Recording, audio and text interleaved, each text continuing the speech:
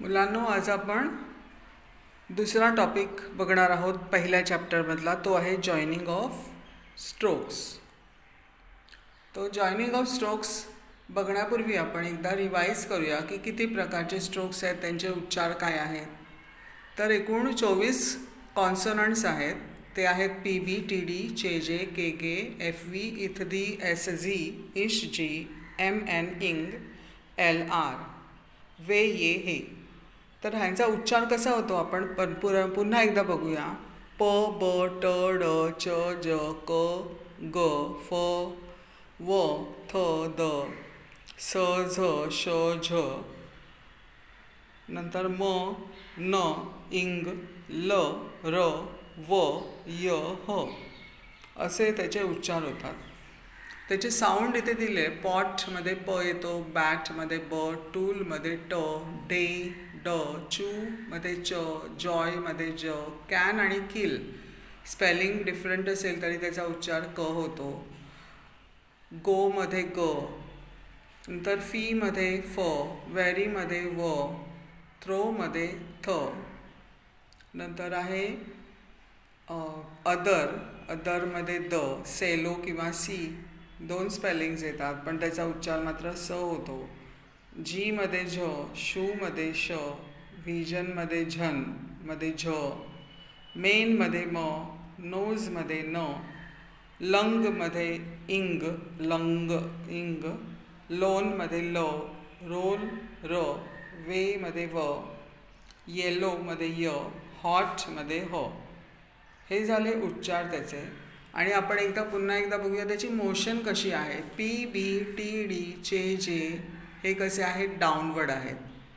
नंतर के गे horizontal, horizontal म्हणजे आडवे स्ट्रोक्स आहेत. नंतर एफ व्ही, इथ दी, एस झी, इश जी हे सर्व काय आहेत, डाऊनवर्ड आहेत. त्यानंतर नेझल्स जे आहेत, एम एन, इंग हे कसे आहेत, हॉरिझॉन्टल आहेत, पुन्हा आडवे आहेत. त्यानंतर आहेत एल. एल हा अपवर्ड स्ट्रोक आहे basically. Sometimes it is written downward, कधी कधी तो डाऊनवर्ड लिहिला जातो. जे इझियर जॉईनिंग असेल, जे सोप्या पद्धतीने जॉईन करता येईल ते वापरलं जातं, आयदर अपवर्ड किंवा डाऊनवर्ड. आरला सुद्धा दोन साईन्स आहेत, एक आहे डाऊनवर्ड आणि दुसरी आहे अपवर्ड. वे आहे एक डाऊनवर्ड आहे ती कर्व आहे आणि अपवर्ड आहे ती स्ट्रेट आहे. वे आणि ये हे अपवर्ड आहेत. रेला जर आपण हुक लावला तर ते कसे दिसतील, तर ते वे आणि ये आहेत. नंतर एच जो अपवर्ड आहे तो रेच्या मोशनने लिहिला जातो आणि डाऊनवर्ड एच आहे तो चेच्या मोशनने लिहिला जातो. तर हे कसे आहेत, डाऊनवर्ड आणि अपवर्ड हे दोन्हीमध्ये आहेत. तर आपण बघूया की काइंड्स ऑफ स्ट्रोक्स म्हणजे काय. तर काइंड्स म्हणजे काय आहे, 3 प्रकारचे आहेत kinds. Those are downward, upward and horizontal. म्हणजे ते मोशनवरून त्यांचे काइंड्स ठरवले आहेत. डाऊनवर्ड म्हणजे खाली जाणारे, वरून खाली. अपवर्ड म्हणजे खालून वर जाणारे. आणि हॉरिझॉन्टल म्हणजे डाव्या बाजूने उजव्या बाजूकडे आडवे असणारे स्ट्रोक्स. त्यानंतर टाईप्स ऑफ स्ट्रोक्स जे आहे ते आहे स्ट्रेट आणि कर्व. आता हे टाईप्स कशावरून ठरवलं आहे, त्याच्या स्ट्रेटनेस किंवा कर्वनेसवरून. तर आपल्याला दिसतील इथे की स्ट्रेट, कर्व आणि दोन्ही प्रकारचे स्ट्रोक्स आहेत. नंतर थर्ड आहे नेचर ऑफ स्ट्रोक्स. नेचर म्हणजे त्याचा स्वभाव कसा आहे. तर लाईट आणि लाईट आणि काय आहे,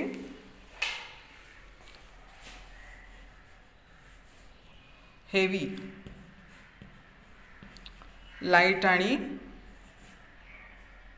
हेवी म्हणजे लाईट स्ट्रोक्स असतील आणि हेवी स्ट्रोक्स असतील असे ते स्ट्रोक्स आहेत. म्हणजे एक पेअर आपण बघितली तर एक लाईट आहे, दुसरा हेवी, आणि ते कुठपर्यंत आहे, इंगपर्यंत. त्यानंतर सर्व लाईट स्ट्रोक्स आहेत. ओके, इंग is the last heavy consonant. तर हे सर्व झालं आपण स्ट्रोक्सच्या बाबतीत बघितलं. आता आपल्याला जॉईन करायचे आहेत स्ट्रोक्स. आता जॉईन का करायचे असतात, तर आपण एखादा वर्ड लिहितो. समजा आपण एखादं सेंटेन्स लिहितो आहे, तर सेंटेन्समध्ये वाक्य, तर त्याच्यामध्ये लिहिलं इट मध्ये ट येतो, कॅन बी हेवी मध्ये एच लिहिला, नंतर व्ही लिहिला. मग ह्याच्यात आपण कुठे कोणता शब्द लिहिला हे कसं कळेल की हेवी हा एकच शब्द आहे. ओके, तर हा हेवी आपल्याला जॉईन करायचा आहे, तर तो कळेल की तो एक शब्द आहे. यासाठी आपल्याला हे जॉईनिंग वापरायचं आहे. तर आपण जॉईनिंग लक्षात घेताना दोन गोष्टी मुख्यत्वे करून लक्षात घ्यायच्या आहेत.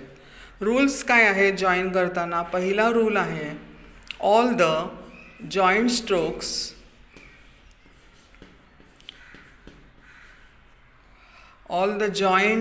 स्ट्रोक्स जे आपण जॉईन केलेले स्ट्रोक्स आहेत ते कसे आहेत? Must be uniform in length. कसे असले पाहिजे? युनिफॉर्म असले पाहिजेत. युनिफॉर्म म्हणजे काय? तर सारखे असले पाहिजेत. आणि कशामध्ये सारखे असले पाहिजेत? लेंथमध्ये. लेंथ म्हणजे त्याच्या लांबीमध्ये. हा मोठा आणि पहिला मुख्य भाग आहे, uniform in length.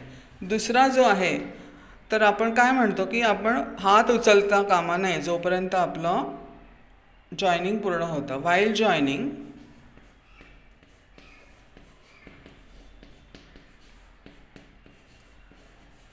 one should not lift up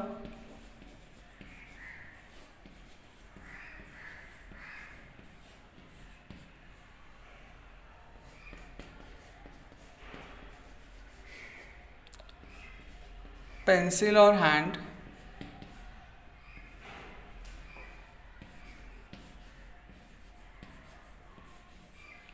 till the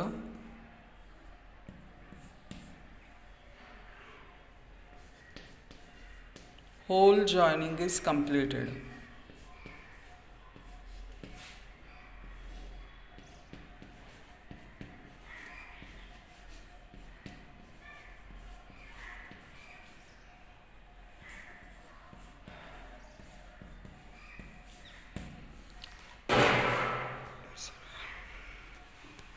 बघा पुन्हा एकदा दोन नियम आहेत की जे आपण स्ट्रोक जॉईन करू ते कसे असले पाहिजेत?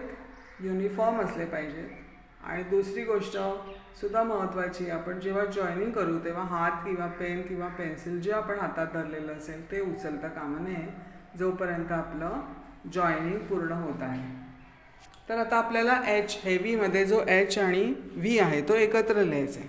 मग आपल्याला काय लक्षात घ्यायला पाहिजे? मी आता लाईन ड्रॉ करते. तर एच कसा आहे आपला?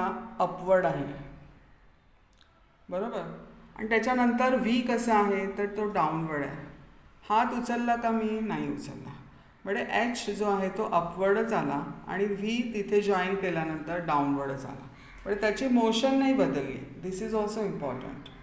दुसरी गोष्ट काय आहे? आणि इथे तिसरी गोष्ट आपण म्हटलं तर काय बदलली नाही? मोशन बदलली नाही.